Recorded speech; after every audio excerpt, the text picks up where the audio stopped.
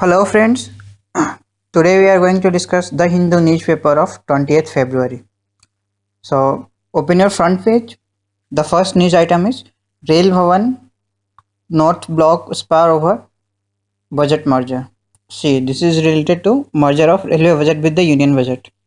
So I am just telling you the whole story in two or three lines. First point is when this merger happened, the finance minister and finance ministry said that railway need not to give any dividend to the finance ministry, which amounted to be around 9,000 crore rupees. So everybody was happy that okay, railway will have extra revenues in their coffers. But now they have changed their stance, and now finance ministry is saying that no, we need dividends from railway subsidiary companies.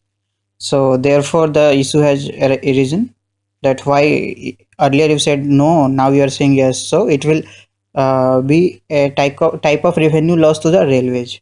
So this is the whole matter.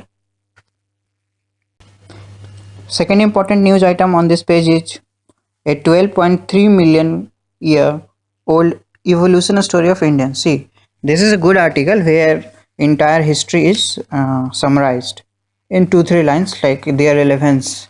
So you can just note down the eras. First was Pleistocene era, and then how it happened to next era, ancient stone tools, and all those things, prehistoric eras. Then came the Indus Valley civilization, and 2-3 points you can write it down. And these are important for prelims perspective. So you can write it down. Prehistoric animals remains from Nitain Kari and Hathnora sites in Narmada Valley. So they may just ask which of these animals were present in prehistoric times. So you should know these four names: rhino, elephants, buffalo, and molars. We generally know the names of rhino, elephant, and buffalo in many notes, but this is the first time I am seeing this name, molars. So you note down these four names, and it is a high chance that this may be asked in the prelims. And further, you can read about this Bhimbetka and Chambal Valley, which is important from men's perspective, and artifacts pottery from Indus Valley. So this is the summary of this article. Now move to the last page, page number 18, and read. I'm just telling you this: why Earth's inner core does not melt. So here it's too much technical. So you should know some of the technical things. First, iron in current temperature and pressure, atmospheric temperature and pressure, it remains in BCC, body center cubic. So just that much. And when temperature and pressure rises, it converts into HCP, hexagonal form. Okay, so these two things are technical things. And first they are saying that in the core, solid iron and they are present in the form of layers, and these layers are like pack of cards. So if one layer goes, another layer comes. So similarly, uh, st- stability is maintained. So this is relevant from that much only, because this is too much technical. If you are not from science background, I do not think you will be able to imagine what is BCC, what is HCP, and it is entirely solid state physics. So there is no point in reading all those things. Just remember what is the Earth's core made up of: nickel and iron 90 more than 95%, and they are solid. The its temperature is around Earth's surface temperature, and millions of like 3.5 million times higher than the Earth's surface pressure. So these 2-3 facts you should remember. This may be asked in prelims, otherwise it's not necessary to remember these things. Moving on to next one, page number 14. Read the first article, real change around the corner. So this is about Real Estate Regulation and Development Act, which was passed last year. So they came up with some very good ideas. So you should note all the points are already given in this blog. So I will copy paste this thing in the PPT, so you can just note it down from there. So there is no need to, I may just give it a read here. So I'm just reading out from here itself.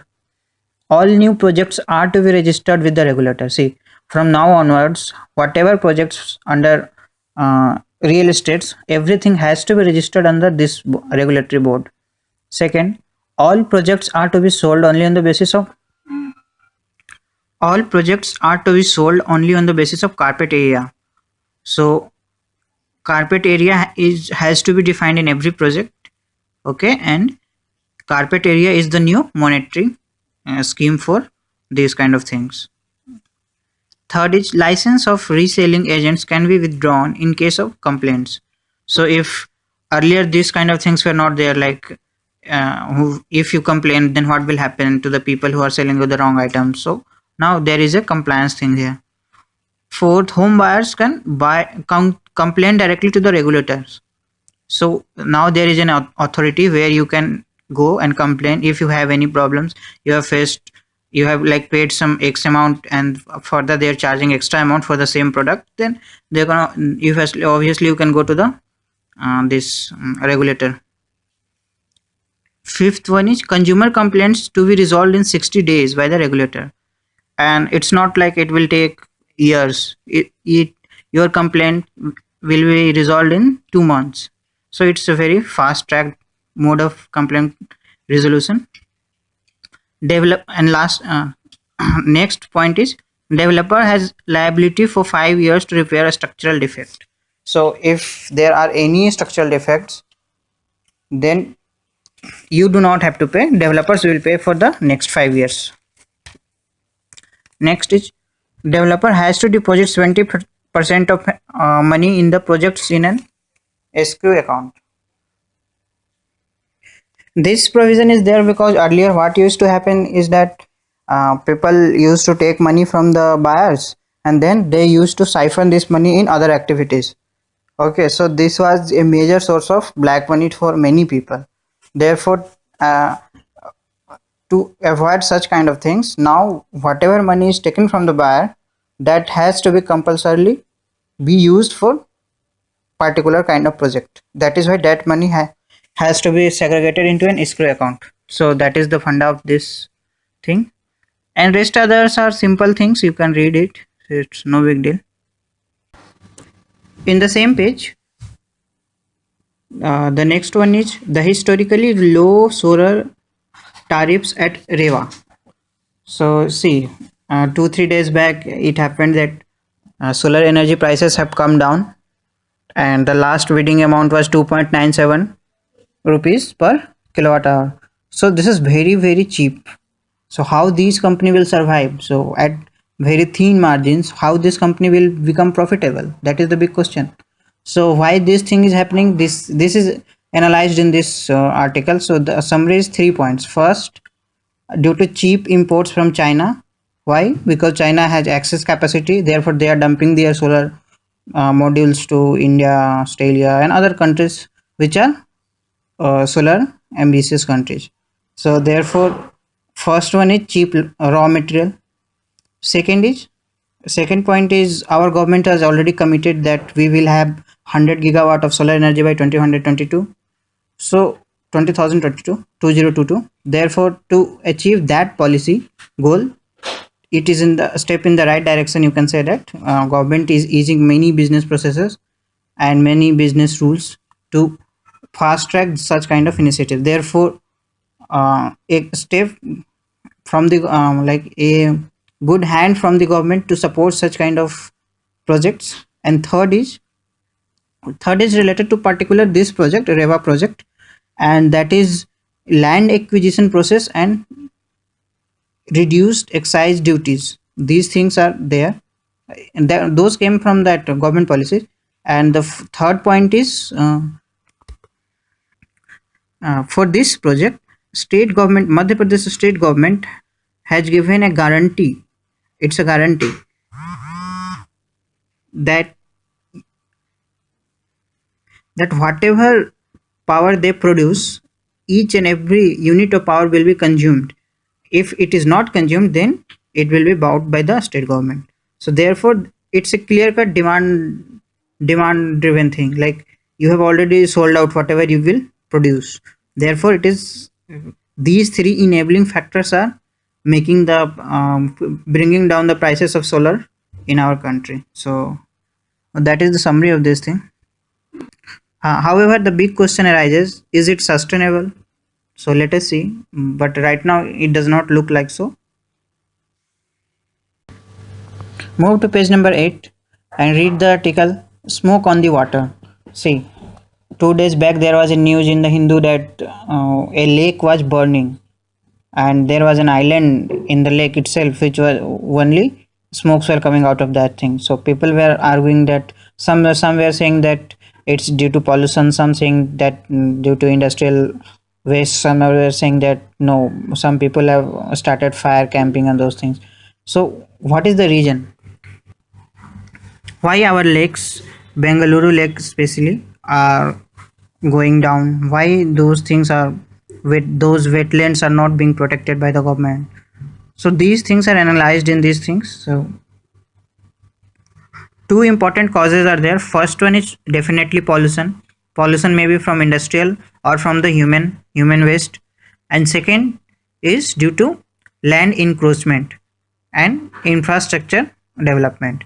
What is happening is our urban planning is not that much good, therefore people are utilizing these wetlands and converting them into colonies, infrastructure projects. Therefore whenever time comes, whenever there is rain, there is always a scenario of urban flooding in cities. So relate this thing with that. Further, if there is no water bodies on the surface, then there will be a problem of drinking water, because water levels will go down, right? Further, the land fertility will go down since there is no moisture in the soil, right?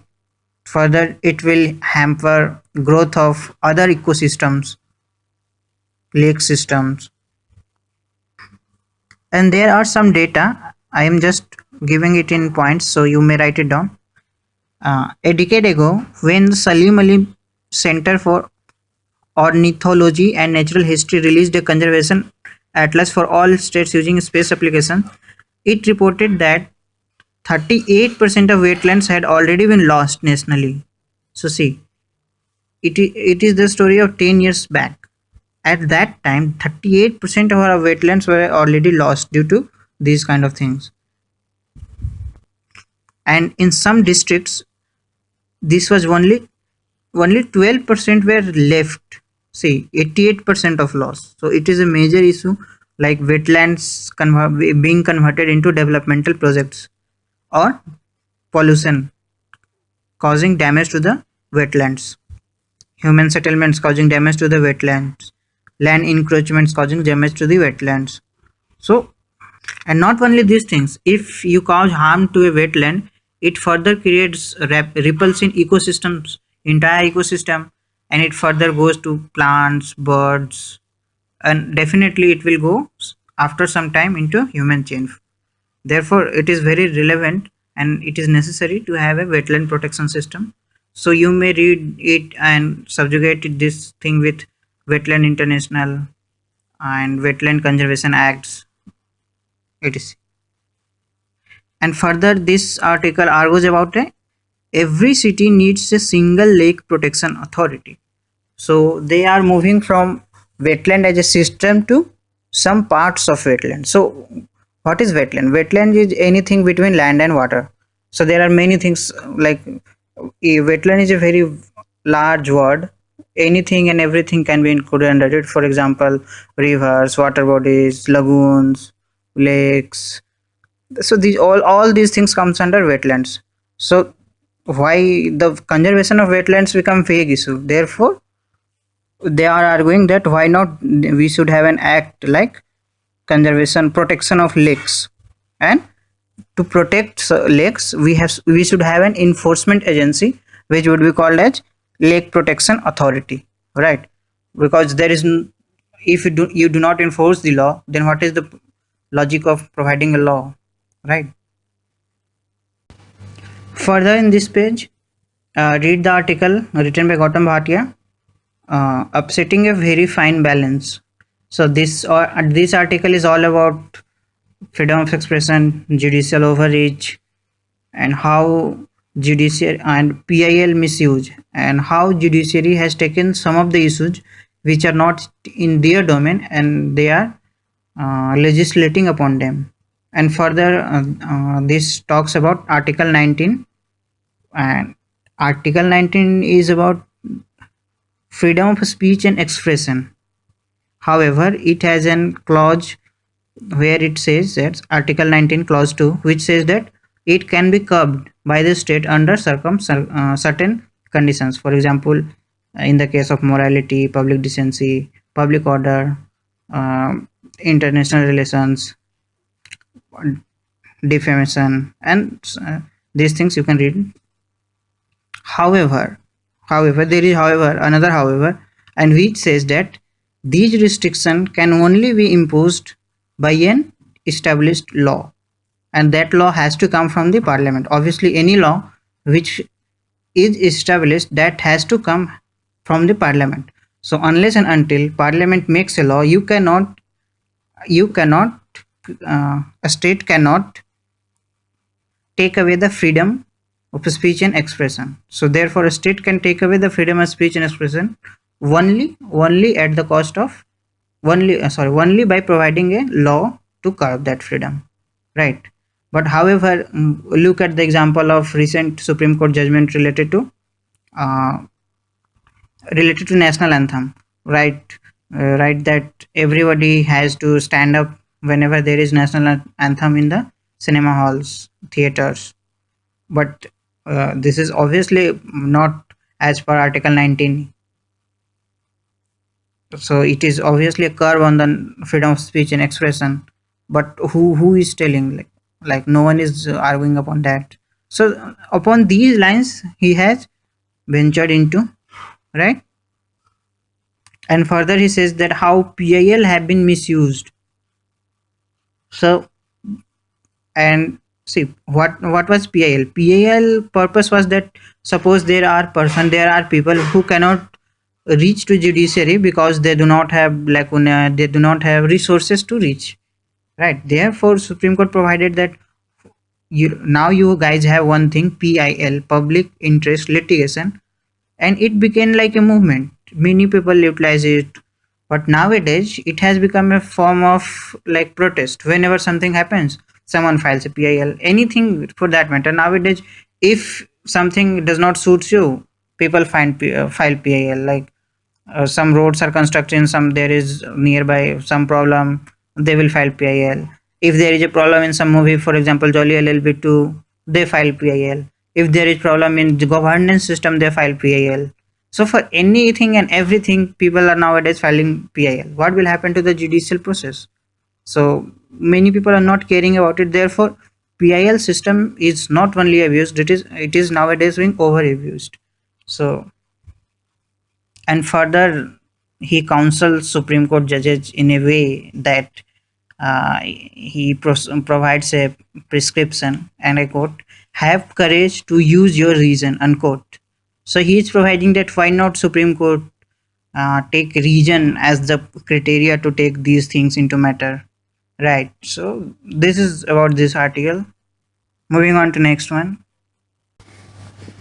and the next one is written by Suhasini Hadar. Speak in our own voice. See, whenever she writes, it's always from IR perspective, right? IR stands for international relations. So if I say something, then you may misinterpret something. Therefore, it's better to read everything word by word for IR things, okay, international relations thing, because here are some of the words which have a different meaning, and in a same sentence they can reflect different meaning. Therefore, read this article completely, okay? Complete reading and complete and thorough reading should be given to this article. Move to the next one.